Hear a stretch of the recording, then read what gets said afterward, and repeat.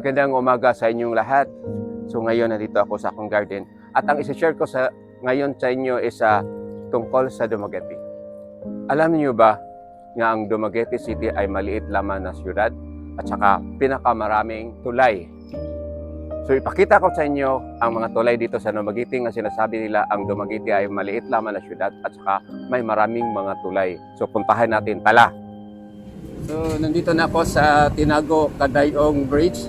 So ito na bridge na ito is 20 tons yung capacity niya. So mga 20 tons na truck lang ang pwedeng dumaan dito.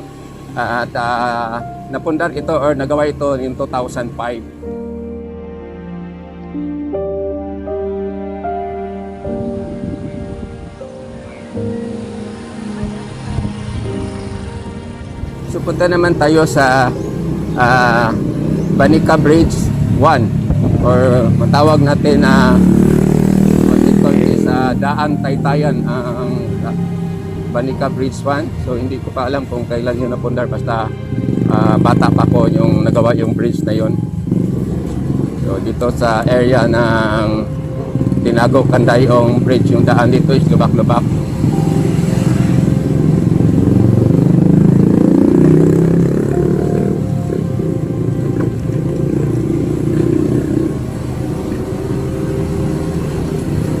So ngayon pabugso-bugso yung ulan, init, tapos ulan na naman. So just hope na matapos ko ito, mapakita sa inyo itong mga bridges, tawag natin bridges because ang dami nitong bridge. So maliit lang ito na city, tapos maraming bridge.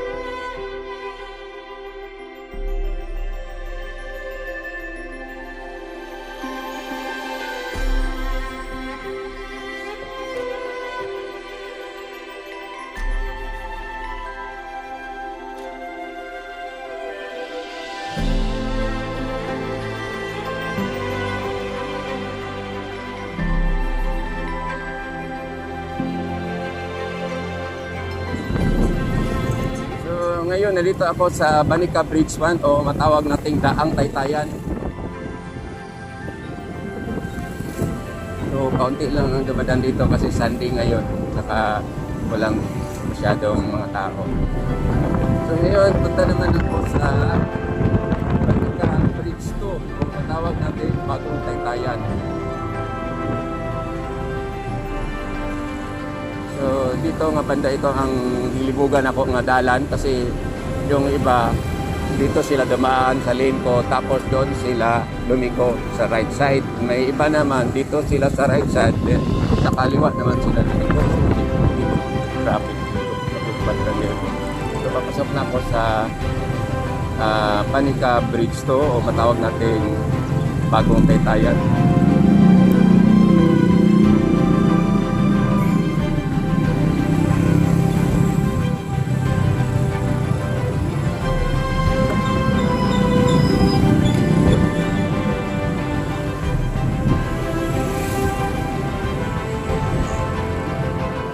So ito yung Banica Bridge 2.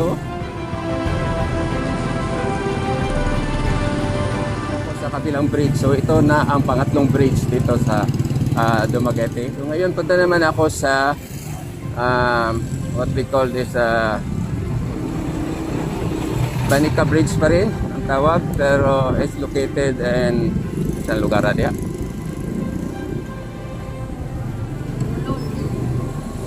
Pagakay Kulon Bridge.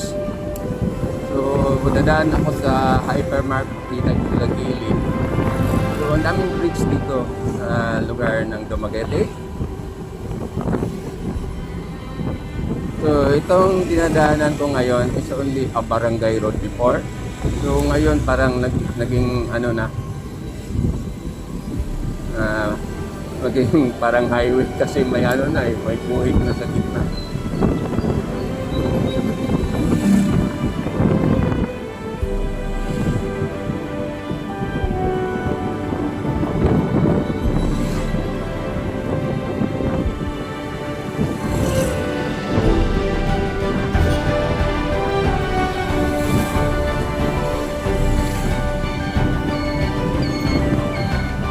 Apat yata ito na bridge.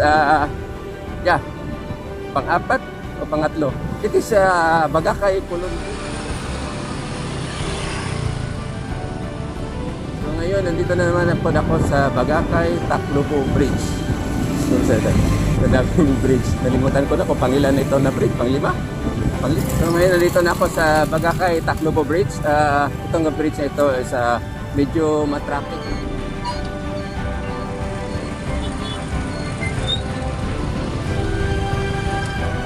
Sa bali yung ano dito dito isa, tapos dyan isa may papunta doon sa isang road, then itong papunta naman kami sa diversion road.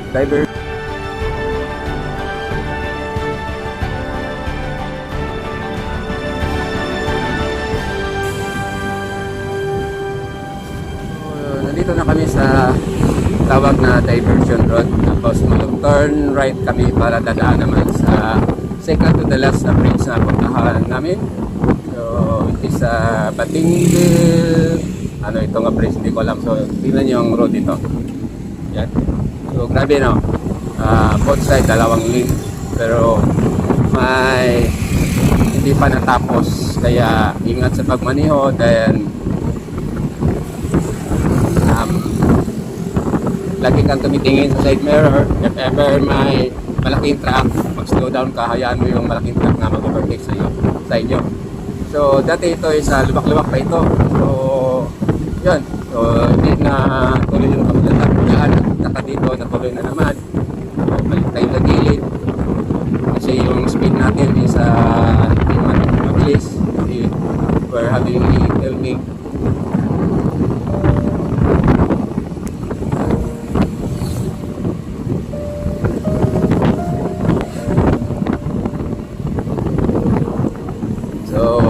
Yung aso naghintay para tumawid siya. So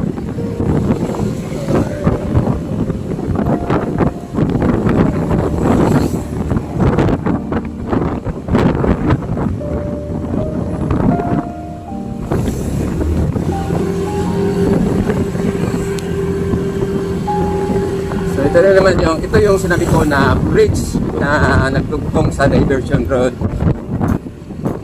Saka ito ang Batingil, I think Batingil Kadawinunan Bridge.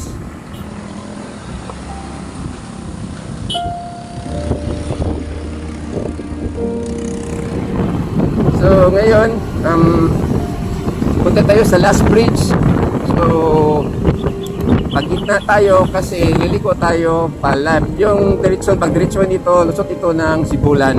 So dito nga banda, yun, is yung sa likuran ko is doon yung yung namamato. Dito ng banda dito yung nadisgrasya, yung last na nakapost sa Facebook, yun, that area. So angat na tayo for the last bridge na puntahan natin.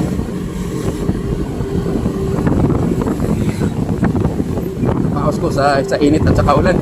So ngayon punta naman sa last na bridge, pero may isang bridge na dadaanan namin is under construction, which is yung sa campsite. So pwede namin yung babalikan. So ang punta namin naman yung bridge, Still Panica Bridge. Tapos diretso siya sa this is Balugo Bridge. So ito na yung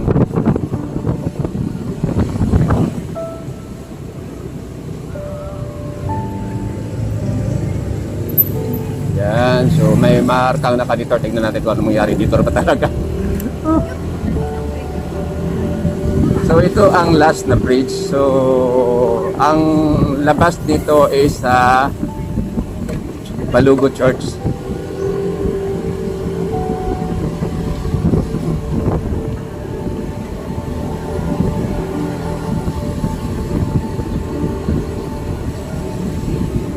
the last bridge sa Dumaguete kasi yung pag-diretsuin mo yun papunta doon is going to Palintinon, which is already the town of Valencia. Then it is Victor, so kailangan pa itong ayusin itong bridge.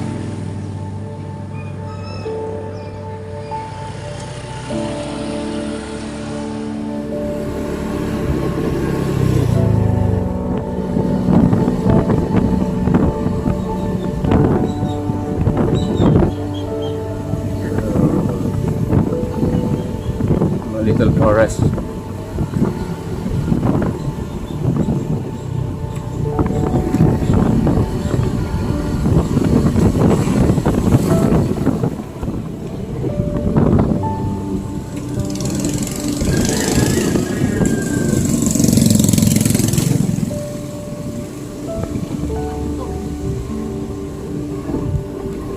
Come on.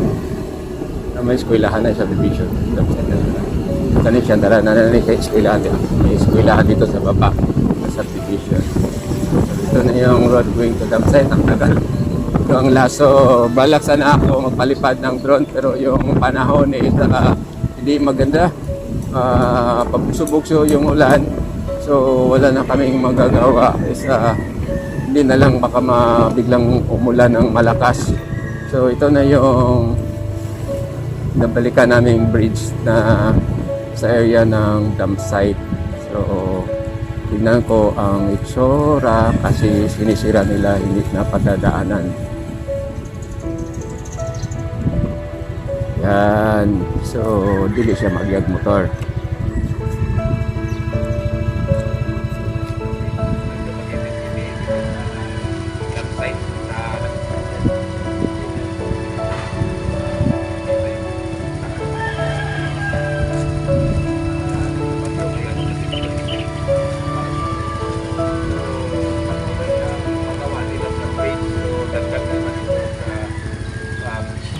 Ng Dumaguete City. So, nauli ko lang share ko sa inyo. Uwi na kami kasi malakas yung ulan. Tapos, ang sinasabi ko sa inyo, Dumaguete ang daming bridge. Isa sa city ng Central Visayas na pinaka-maraming bridge. So, uwi na ko. Maraming salamat sa panonood. God bless you all. Have a nice morning guys. Bye-bye.